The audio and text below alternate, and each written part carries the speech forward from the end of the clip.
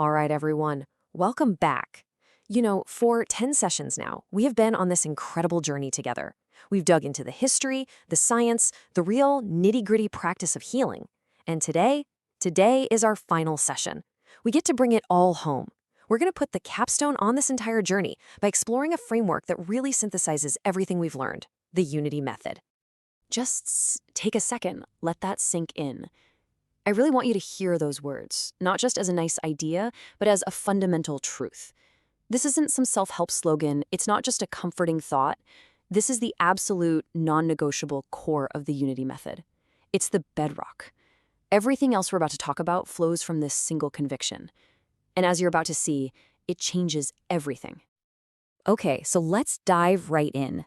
To really get why that opening statement is so revolutionary, we first have to understand the central problem that Unity was created to solve, and that is the crisis of labeling in modern psychology.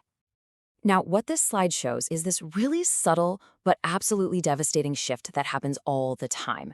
You see, diagnostic tools like the DSM, they were made with the best of intentions, right? To give us a common language for suffering. A label was supposed to be a description of what someone is going through, what you see there on the left. But what happens for so many people, that description becomes an identity. I have symptoms of depression slowly morphs into I am depressed. The label, which was meant to be a map to guide healing, ends up becoming this psychological cage. But here's what's so cool about the Unity Method. It doesn't look at the history of psychology as just a series of mistakes, not at all. It sees a noble, century-long search for the right way to help people heal. It sees every major movement not as a failure, but as a really crucial step on this path toward wholeness. I mean, just think about the ground we've covered, right? Psychoanalysis gave us the courage to look into the unconscious. It gave us depth. Then behaviorism came along and demanded scientific rigor. Humanism fought back, reminding us of our inherent dignity. Then came the cognitive therapies like CBT and DBT. They gave us these powerful, life-changing skills. And now, more recently, somatic and narrative therapies have brought the body and the power of our own story right back to the center of the room. Every single step was vital, but each one also left a little piece of the puzzle missing. And this is the foundation of Unity. It's not some rebellion against everything that came before. It's an evolution. It's a synthesis. It takes all that incredible wisdom, the depth from Freud, the dignity from humanism, the structure from CBT, the regulation skills from DBT, the embodiment from somatics, and the transformative power of story, and it weaves them all together. So, how does it all come together? Well, this is what we call the Unity synthesis. It's where all this inherited wisdom gets unified under one single, incredibly powerful, and honestly pretty radical principle. This is it. This is the engine of the entire method. Human beings are inherently whole. What does that mean? It means your anxiety, your depression, your trauma responses, they are not proof that you are broken. They are intelligent echoes of what you have lived through. They are invitations, not indictments.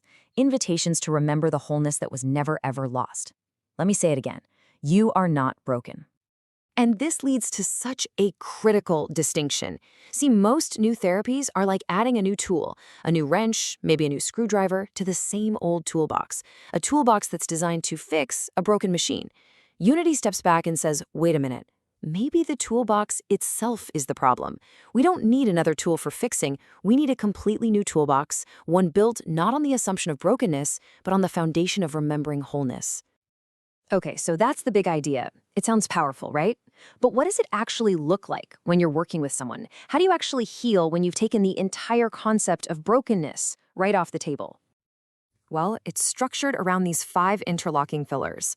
First, there's wholeness over wounding, which means we focus on your innate strengths, not just your pain.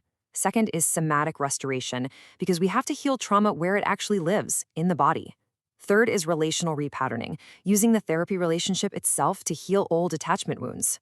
Fourth, neuroplastic empowerment, teaching you the science of how you can literally rewire your own brain. And finally, acceptance over forgiveness, which is all about putting healing back in your hands, without any pressure to forgive before you're ready. Let's make this super real with an example. So meet Sarah, seen through the traditional lens of pathology. The language is clinical, it's cold, she is her diagnosis. She is unstable, she is resistant, and the most tragic part of all of this, she believes it. She truly believes that she is fundamentally broken. Now, look at this. The exact same person, seen through the Unity lens. Suddenly, the diagnosis doesn't vanish, but it loses its power to define her. Sarah is seen as a whole person. Her so-called instability is reframed as an intelligent adaptive strategy that she developed to survive abandonment. Her story shifts from a narrative of being defective to a narrative of survival. And the switch that changes everything? I am not my diagnosis, I am someone who learned to fight for love. That right there is the shift from shame to dignity. And so, as we start to conclude our journey together, it becomes so clear that this is about so much more than just a new clinical technique. This is about a new story for all of us. Because ultimately, the Unity method is a movement. It's a call to action for therapists, for clients, for our entire culture to completely reimagine what healing even is. It's a mission to restore dignity to the human experience and to collectively reject the story that any one of us is or ever could be broken.